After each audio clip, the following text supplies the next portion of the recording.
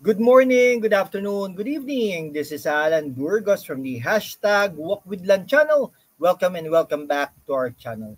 Guys, if you are not yet subscribed to our channel, please do it so now so that you can be a part of this growing family. We are now officially 7,907 subscribers. Malapit na po tayo sa 8,000 mark. 93 subscribers na lang po. Makakayanan na natin ito. 8,000 na po tayo sa ating pamilya. Maraming salamat po. Mahal ko po kayo. I love you all. Okay? So ang pag-usapan po natin today ay yung kay Ping Lacson, no? Ayan. Kay Ping Lacson po, nag-react. Si Ping Lacson po ay dating Chief PNP, dating Senate President, dating Senador ng Pilipinas, tumakbo bilang presidente ng Pilipinas ng 2 beses, ngunit natalo po, no? Natalo po yan nung panahon ng Gloria Macapagal Arroyo yata yon, no? Tapos tumakbo din po yan nung recent election lang, kasama niya si Tito Soto, no? Talo din po yan. Sino ba yung partner? May partner din po yan nung tumakbo ng unang beses, no? Kasama po si FPJ noon no? Si FPJ, Ping Lacson, Gloria Macapagal Arroyo. Ayan. Talo po Talo, wala po talagang ano. Pero pag senador, nananalo naman yan si Ping Lacson. Okay. So, nag-react po si Ping Lacson na dating Chief PNP rin ni ERAP, no? At ang tingin niya, ang pinaka-best president daw ng ating bansa ay si Noynoy Aquino. Ayan po ha.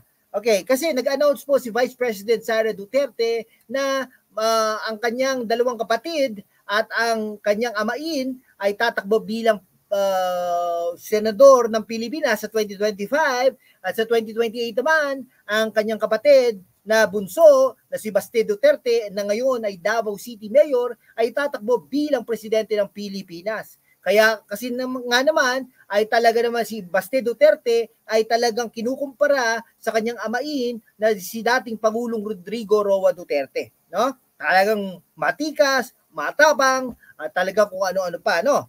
Parang ganun din yata si Sara Duterte, female version nga lang. Pero kung ano nga daw, Digong 2.0 ang binabansag nga po kay Baste Duterte, no?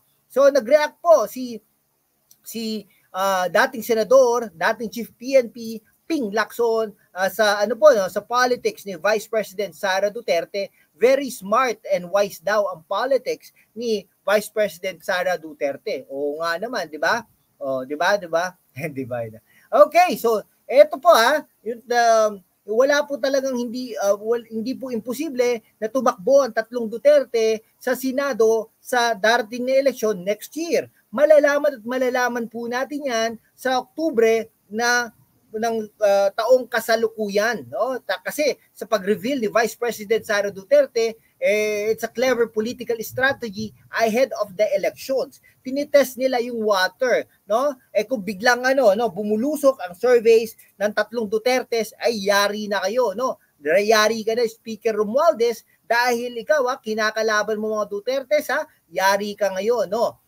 According to the former Chief PNP, Vice President Sara Duterte mirrored her father's strategy when she floated such an idea to keep everyone guessing and gauge public opinion. Oo nga naman, napaka-smart, napaka-clever ang strategy, ang style ng ating butihing pangalawang Pangulo ng Pilipinas na si Vice President Sara Duterte. Okay. No, syempre, ang mansanas ay hindi nagfo-fall far from the tree. Like the father, the daughter believes that part of the wise and smart politics is to confuse and keep them guessing. Oo nga naman. Sino bang kakalabanin namin? Si Sara Duterte o si Baste Duterte? Nako, yari na. Pag si Baste Duterte, ang nakalimutan na nila, si Sara Duterte, ay yari kayo. Si Sara Duterte naman ang bubulusok. Okay? So, yung partidos ni Sara Duterte at si Sara Duterte mismo ay nagcreate ng issue, no, para yung magkaroon ng discourse, no, thus accomplishing awareness while getting a glimpse of the pulse of the electorate. Napakagaling, no? Kayo ba, magaling din po ba kayo dating senador Ping Lacson, no? Pero hindi natin alam, no, kung may firm decision na made by any of the three Dutertes. Baka flinote lang ni Vice President Sara Duterte para magkalinawan o magkaligawan, di ba? O furthermore, yung Vice President natin earlier revealed that her father and her two brothers, Davao City Representative Pulong Duterte and Mayor Baste Duterte, ng pares sa Davao City yan, are raring to run for senator in the next year's election. Ano ba yung raring? No? Parang atat na atat, yun ba yun? Hindi ko alam eh. Paki-comment naman po dyan kung ano ang raring. No? Itong political move ng ating pangalawang pangulo ay talagang nangyari after a week, no? Na nangyari yung resignation ng ating Vice President at meron pang window na 30 days notice, no? From the cabinet of the President Ferdinand Marcos Jr., no? Ito ang hudyat na talagang pag-i-split ng dalawang partidos ni Marcos at partidos ni Sara Duterte, no? So Lacson meantime commented about 5 families, no? 3 Dutertes, 2 Tulfo. Sino ba Tulfo? Erwin Tulfo, Ben Tulfo. Ito baka si Erwin Ben Tulfo nandiyan na si Rafi Tulfo. 3 Tulfos, 3 3 Dutertes, 6. Okay, 2 Cayetanos, 8. 2 Ejercito Estrada, 10. 2 Villar, 10, 12.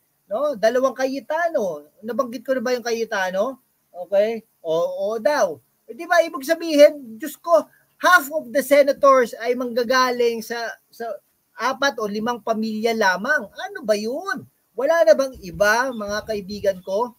So, in the meantime, Lacson commented about 5 families. Yun nga, yung Duterte Tulfo. Pero, it's more than that. Marami pa pong iba. No? So, Senate 2025. Okay? 3 Dutertes. Sino yung mga yun? President Rodrigo Roa Duterte. Sino ba to?